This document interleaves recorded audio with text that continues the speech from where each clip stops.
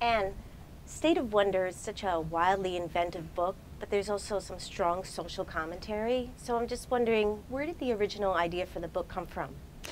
There were two things. I am often asked to go to colleges and universities and do programs called the All Freshman Reads program. So they send out one novel or one work of nonfiction to the incoming class. And I think because there's not a lot of sex in my books or a lot of profanity, because I went to Catholic school for 12 years, Right. I am constantly invited to colleges to do these programs. And every time I would go, and I've done these for years, what they always say is, we're trying to pick the book for next year, and what we're looking for is a book with strong female characters, written by a living woman author, in which the women aren't being victimized and they aren't falling in love, but they are taking control of their own lives and moving on and making contributions to society. Can you recommend that book?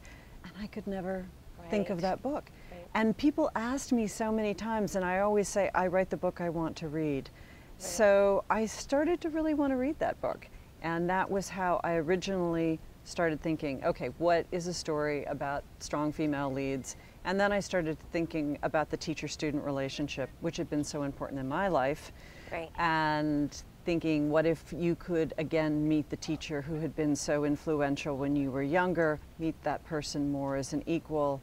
And it was those two impetus that came together to form this book.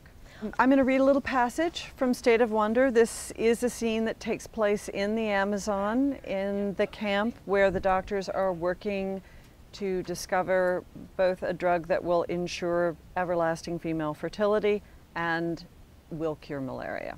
Actually not cure malaria, but will be a vaccination against malaria, which is much more difficult since we can cure it. And these are two doctors, Dr. Marina Singh and Dr. Anik Swenson, who are talking. Dr. Swenson is in her early 70s, Dr. Singh is in her early 40s. Dr. Singh used to be Dr. Swenson's student. And this is Dr. Swenson talking at the beginning. I am very tired, Dr. Singh, she said, and pushed back her hair with her hands. I have sciatica in my left leg, and the child is sitting on my bladder. It begins to thrash whenever I lie down. I'm glad to have conducted this piece of research on myself because it makes me realize something I might not otherwise have taken into account. Women past a certain age are simply not meant to carry children, and I can only imagine that we are not meant to bear them or to raise them either. The Lakashi are used to it. This is their particular fate. They can hand off their infants to their granddaughters. They don't have to raise them. This is the only reward for these late life children. You know that they won't be your responsibility. I've never felt old before this. This is a fact. I've avoided mirrors my entire life. I have no better sense of what I look like at 73 than I did at 20. I have some arthritis in my shoulder, but nothing to speak of. I keep on. I have kept coming down here, kept up with my work, Dr. Rapp's work. I have not lived the life of an old woman because I was not an old woman. I was only myself. But this thing, this child, it's made me firmly 73. It has made me older than that.